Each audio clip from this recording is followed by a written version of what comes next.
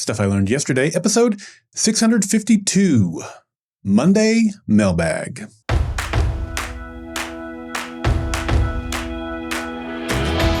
Welcome to Stuff I Learned Yesterday. My name is Daryl Darnell.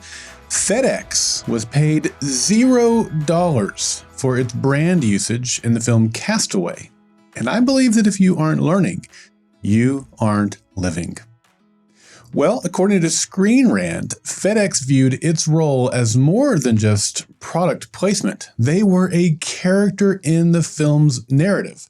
So, instead of taking payment for using the brand, FedEx collaborated with the filmmakers, providing access to locations and its brand for the story. And I think they're right. When I watch the movie, I definitely feel like FedEx is a brand. Certainly that package that he keeps throughout and then delivers at the end is a character. And so it feels like the character is a brand, or the brand is a character in the movie. And kind of cool that they did that for free. Probably a good trade-off for them. I'd like to know what the ROI was, like if they measured it or how they measured it. But anyway, I like to bring you like mail-related or shipping-related factoids for our Monday mailbags. I don't know if you've picked up on that. It's a little nerdy thing that I do, but we have two great contributions for the mailbag today, and I'm excited to share both of them with you. They come in from Jeff and Ruthie, and let's get it kicked off with Jeff's contribution. This is Jeff, the other Jeff. I first met Daryl when he worked for the bookstore. He and Courtney hosted Pictionary Friday online, and Patty from Canada was one of the other players.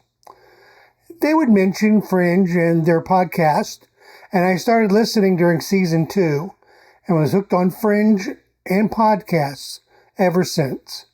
I've listened to several of Daryl's podcasts and even did an online pub quiz with him and a couple other members of the community. But I've never actually met Daryl in person. If you listen to the Fringe Rewatch podcast, you would have heard Daryl mention that my 20-year-old daughter, Abigail, was killed by a drunk driver last October. He also reached out to me offline and even sent white tulips to the funeral. Daryl extended condolences and prayers, and he even offered to help however he could. I was deeply touched that he reached out to me like that. Since that time, I've learned a great many lessons I never thought I would learn or would have wished to learn. In this SILY, I want to talk about responding to those who are grieving. We were overwhelmed by the number of people whose lives were touched by Abigail. We loved hearing their stories. Abigail could be a difficult child. She was opinionated and headstrong. I used to joke that she was like the girl with the curl in the middle of her forehead. When she was good, she was very, very good. But when she was bad, she was horrid. When the family gathered, we took comfort in sharing stories, the good and the bad. When our children's minister at church said she would miss Abigail's hugs, which was a common remark from people, I had to remind her that Abigail also took great delight in sneaking past security every Sunday to get to my classroom. You don't need to badmouth the person, but don't make them into a saint.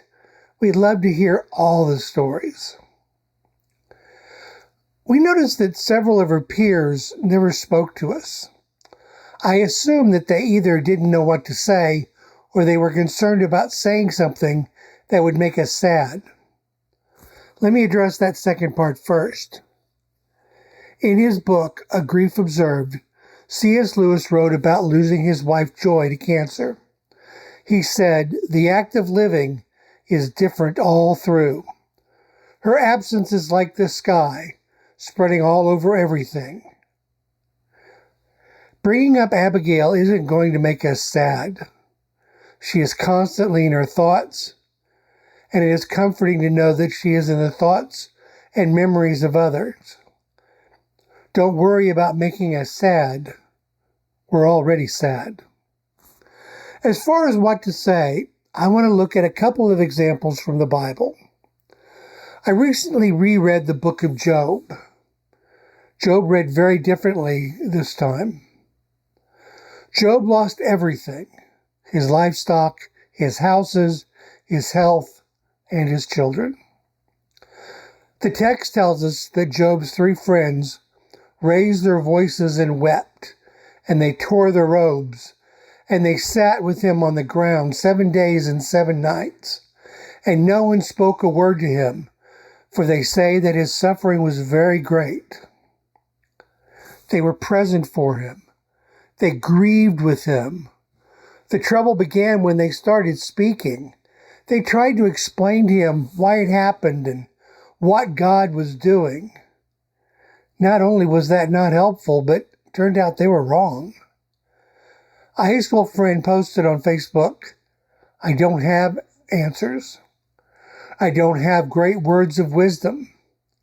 I don't have an experience to share about the loss like this. But I will listen and read of your sorrows. I will cry. I will rejoice in your memories." That's what it's all about. Keep it simple. Tell them you're sorry. Share a memory. Cry with them. Hug them. Pray. Just be there. The second example from the Bible is Jesus' friend's Lazarus had died. He had been in the tomb for 4 days when Jesus arrives. He is met by Lazarus' sister and a group of mourners. The book of John tells us that when John saw her weeping and the Jews had come alongside her also weeping, he was deeply moved in spirit and troubled. Then in John 11:35, we find the shortest verse in the Bible. Jesus wept. Jesus knew he was going to resurrect Lazarus, but he didn't correct or lecture. He wept with those who wept. I believe God is grieved when people die. This was not his design for humanity, and death is a reminder of sin and a fallen nature. I think it especially grieves him when a young person dies. That is not to say anything is beyond his control. I believe that God uses everything, the good and the bad, in his plan. The Bible tells us that all things work together for good. It's not always easy to see or even remember. We have to trust in the character and trustworthiness of God. In J.J. Heller's song, "Who You Are," the chorus says, "I don't know what you're doing, but I know who you are." I don't always understand my circumstances or the pain I'm feeling, but I know who God is, and he is worthy of my faith and worship. My mom died 3 years ago. On the day that she died, Abigail handed me a Post-it note. She didn't say a word. That wasn't unusual. I have several Post-it notes on my wall that range from sweet messages to inappropriate jokes. This one had a Bible verse. It meant so much to me then, and it means so much more to me now. It is Psalm 147:3. He heals the brokenhearted and binds up their wounds. This is Jeff, the other Jeff, and that's what I learned yesterday. Wow. I don't know how to follow that, Jeff. Incredibly moving, powerful, courageous. There's so much in there. I can't express how grateful I am that you've shared that with all of us in this episode. I can't imagine the amount of effort and courage and thought and grief and hope and every emotion that would have gone into putting something together. It's very, very thoughtful and very wise. Thank you for sharing it. It's powerful. That C.S. Lewis book that you mentioned is one that my wife found great comfort in when she lost her mom a few years ago. And that specific quote that you gave, her absence is like the sky spreading over everything. That encapsulated so much of what Carrie went through in those days. I can't tell you how many times we talked about that passage from that book and how that just seemed to express everything that Carrie was feeling. And so it's no surprise that it hit you in the same way. It's a very powerful book for those who are going through grief. If you've not read A Grief Observed, I highly recommend it. So yeah, a couple other things I wrote down.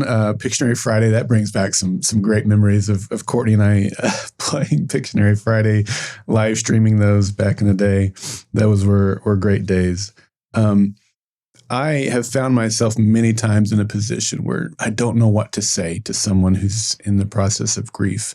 And you mentioned the girls, and you're like, did they not say anything because they didn't know what to say, or they didn't want to say something that might make you sad? And the fact that you reminded us you're already sad, that was one thing you said that was really powerful to me, because it's kind of a slap upside my face. Like, of course, I'm not going to make them sad. They're already sad. So be courageous and have those conversations. And so that was very, very helpful, I thought. Remembering to rejoice in their memories, very powerful as well. And you're right. Death was not God's design for us. He grieves when we die. And that is why Jesus, I believe as well, is why Jesus wept before Lazarus, because he saw the fall and the consequences of the fall. And it was heartbreaking for him, even though he knew he was just about to raise Lazarus from the dead.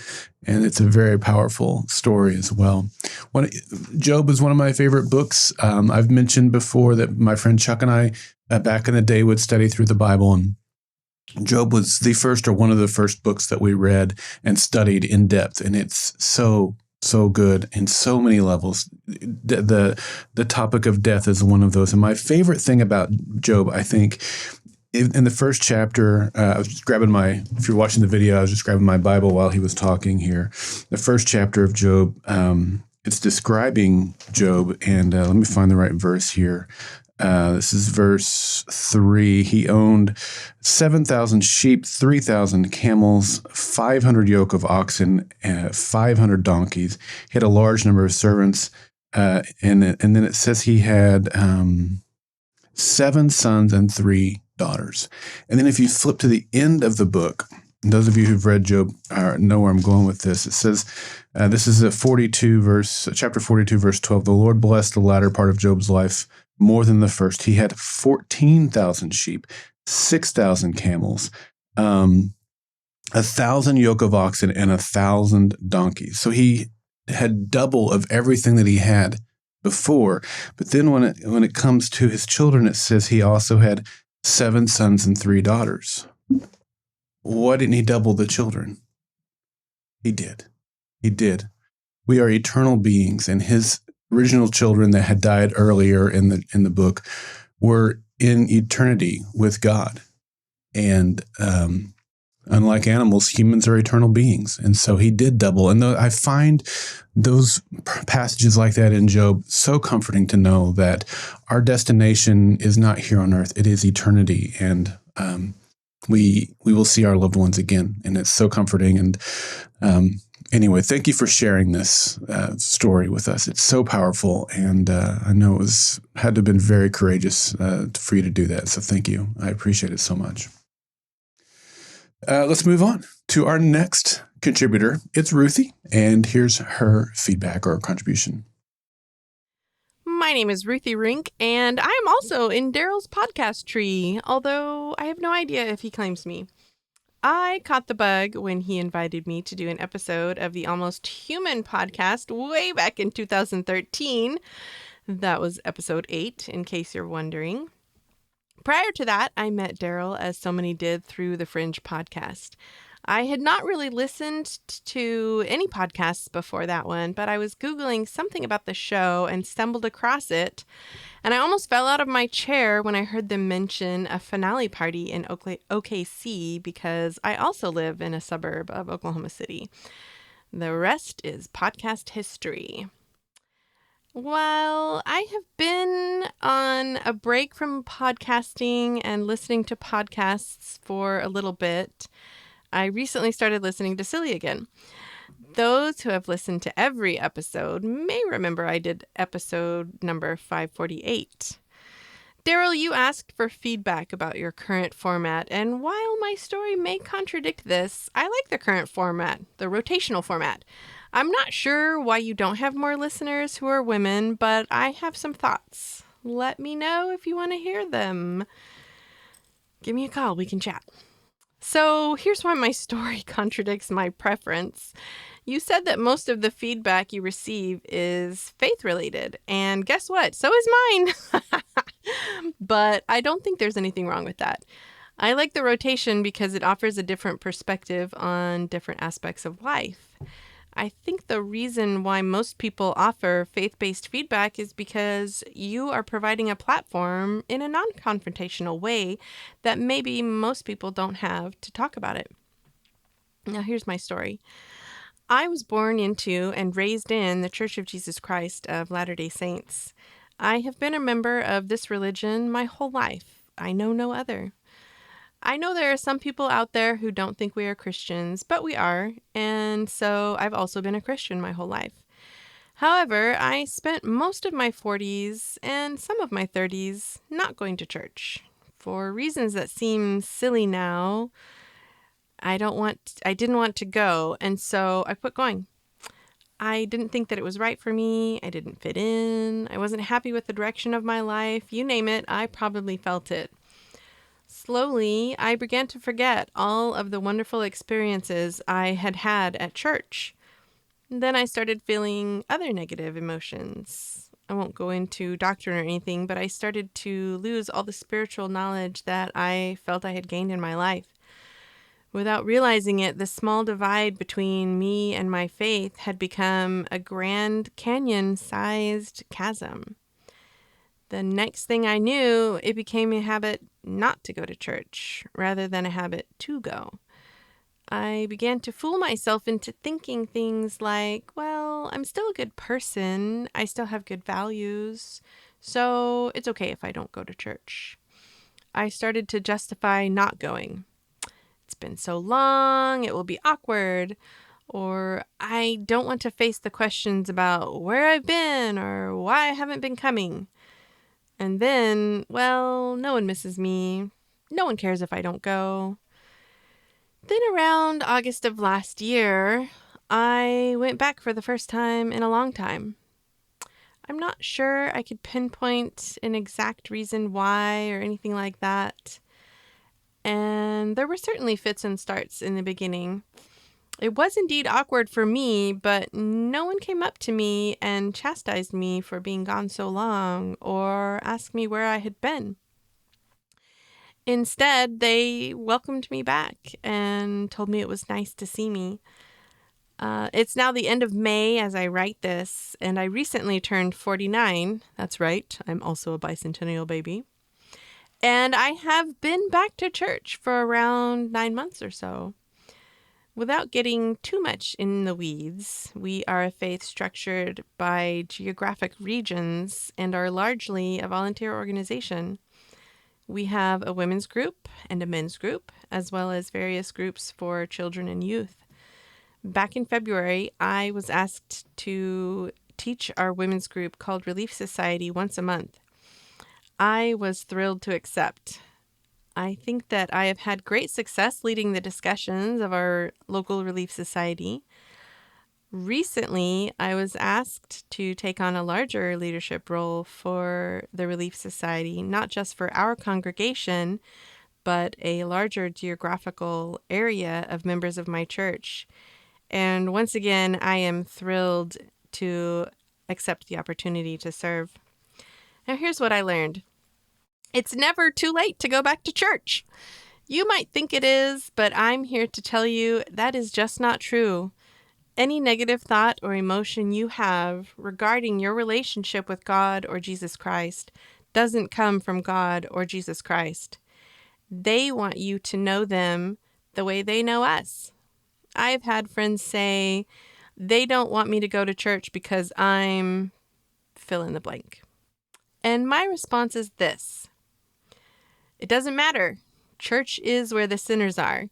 We are all imperfect. We all make mistakes and mess up sometimes.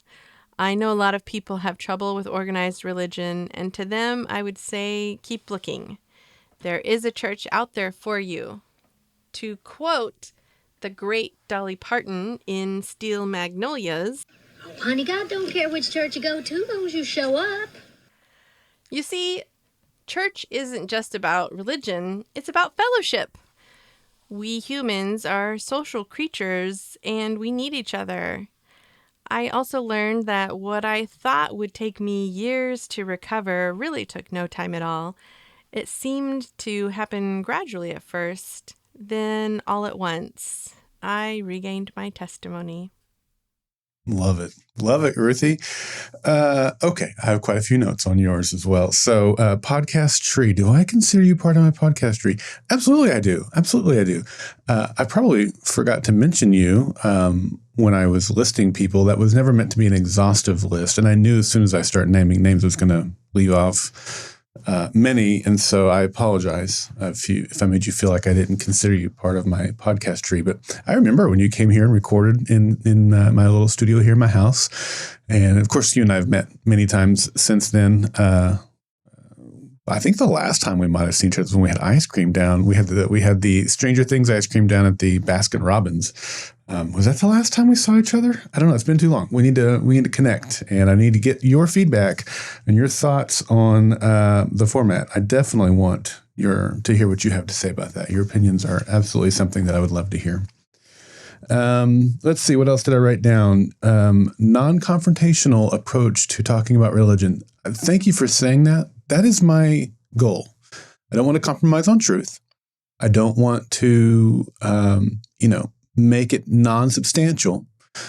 But I also want to not make it confrontational. I want to make this podcast an area, a place where we can come together, talk about things for real, and move forward with that.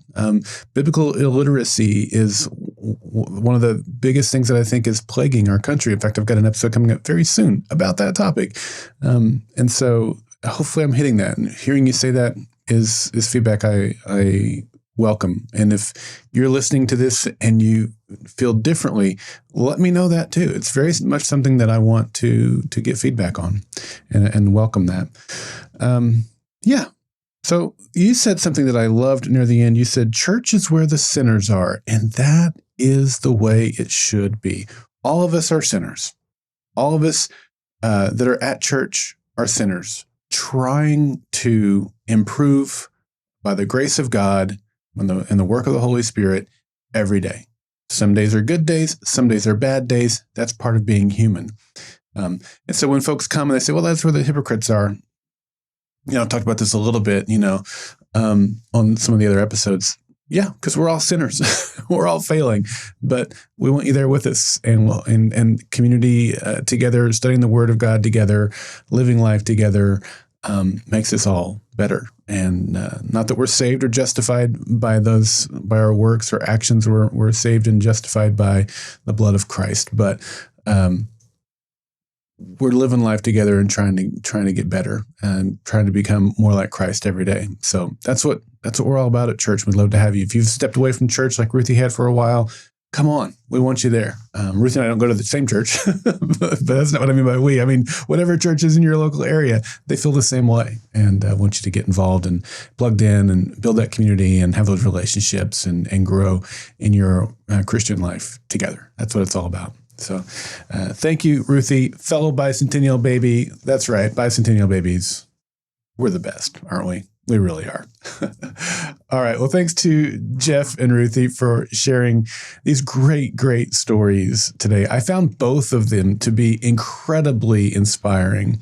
And I appreciate both of you for being willing to be vulnerable enough to share these raw moments. These were incredibly raw moments, and you were very vulnerable in sharing these stories today. And it just makes it all the better. This is, dare I say, one of my favorite Monday mailbags of all time. Sorry to all the others, but these were great. These really I found to be just powerful in both of them. So I think how I would phrase it is that these stories represent the true heart of this podcast and what I think community looks like in this format. So thank you. Okay, well, the next Monday Mailbag is coming your way on September 29th. And of course, you can send in your questions or responses to my SILY episodes, or you can be like Jeff and Ruthie and send in a story of your own that you think will benefit others. And so you can participate in Monday Mailbags by visiting the Golden Spiral Media listener feedback page at goldenspiralmedia.com/feedback, or send me an email at feedback@goldenspiralmedia.com. I'm Daryl Darnell, and this has been Stuff I Learned Yesterday.